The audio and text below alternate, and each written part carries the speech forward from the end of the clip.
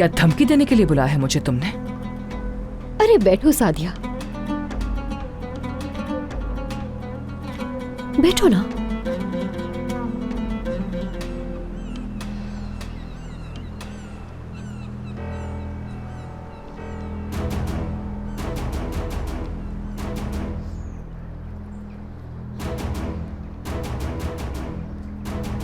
सबा, ये लो, ये पैसे रख लो अपने पास।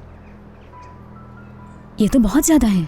कोई ज्यादा नहीं है, जल्दी से अपने बैग में रख लो, कोई देख लेगा।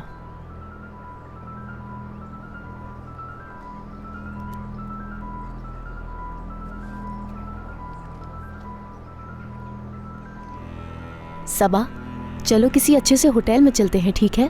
ताकि तुम वहां रात गुजार सको। मैं तुम्हें अपने घर भी ले जा सकती थी, लेकिन वहां तुमसे सवाल किए जाएंगे, तुम्हें अच्छा नहीं लगेगा। आपका बहुत शुक्रिया।